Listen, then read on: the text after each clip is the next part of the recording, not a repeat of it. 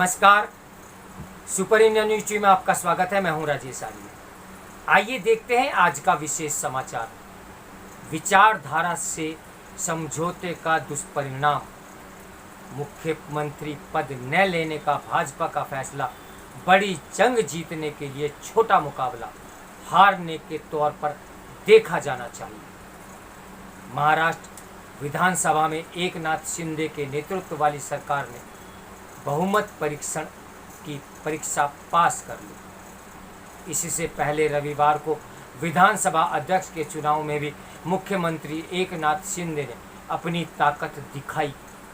पहली बार विधायक बने भाजपा के राहुल नार्वेकर विधानसभा अध्यक्ष चुन लिए गए। बियर की फैक्ट्री में काम करने और फिर ऑटो चलाने से लेकर महाराष्ट्र के राजनीतिक इतिहास के सबसे शक्तिशाली चेहरों में से एक बनने तक एकनाथ शिंदे ने एक लंबा सफर तय किया। बाल ठाकरे को अपना गुरु मानने वाले एकनाथ शिंदे ने हिंदुत्व के लिए हमेशा एक उत्साह के साथ संयुक्त मराठा पहचान पर जोर दिया।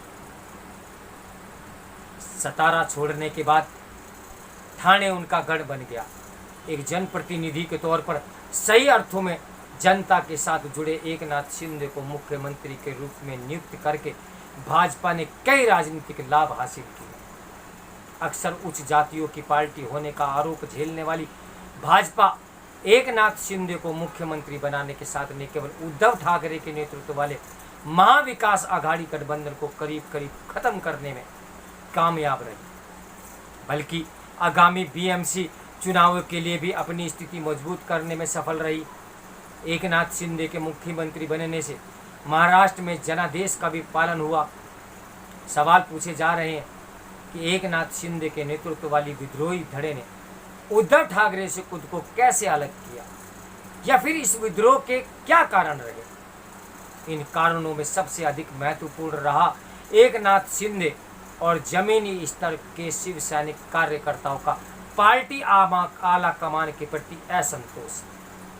वास्तव में 2019 में जब शिवसेना ने भाजपा से नाता तोड़कर लंबे समय से अपनी राजनीतिक दुश्मन कही जाने वाली राकंपा और कांग्रेस से हाथ मिलाया, तो उसके जमीनी कार्यकर्ताओं में असंतोष की एक अंतर्धारा देखी गई। इसे ठाकरे परिवार महसूस नहीं कर सका। उद्धव ठाकरे के मुख्यमंत्री बनने के बाद कुछ ही दिनों में पार्टी के अंदर उनके बेटे आदित्य ठाकरे के प्रति असंतोष उपजने लगा, जो सरकार में एक कनिष्ठ मंत्री थे।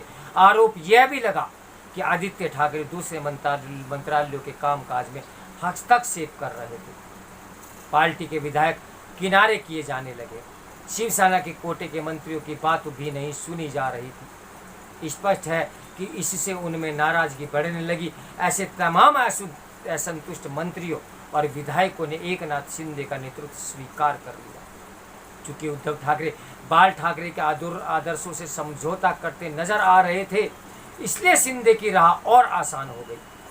महाराष्ट्र में तख्ता पलट से यह स्पष्ट संकेत मिलता है कि शिवसेना आला कमान ने केवल आम आदमी की भावनाओं से दूर था, बल्कि अपने ही कार्यकर्ताओं के सामने आने वाली समस्याओं से भी अनभिज्ञ था। शिवसेना राकंपा और कांग्रेस के गठबंधन को छिन-भिन करने और उद्धव ठाकरे को सत्ता से बाहर करके भी भाजपा इस आलोचना का सामना करने से बच गई कि वह सत्ता की भूखी है और मराठा मानस की परवाह नहीं करती, क्योंकि उसने एकनाथ शिंदे को मुख्यमंत्री बना दिया। एकनाथ शिंदे की आगे कर भाजपा ने यह भी सुनिश्चित किया है कि हालिया घटनाक्रम का फायदा आगामी बीएमसी चुनाव और फिर लोकसभा चुनावों में भी मिले। एकनाथ शिंदे अब मूल शिवसेना के रूप में एक नए अवतार में सामने आने की कोशिश करेंगे। उन्होंने हमेशा शिकायत की कि उद्धव ठाकरे वैचारिक रूप से प्रतिकूल प्रकृति वाले राजनीतिक दलों के साथ गठबंधन करके हिंदुत्व की विचारधारा को कमजोर कर रहे हैं। यह सब आम मराठा को प्रभावित करेगा। एकनाथ शिंदे एक मराठा नेता हैं और वे अपनी पार्टी को क्षेत्रीय राजनीति में बढ़त दिलाने का हर संभव भी प्रयास करेंगे।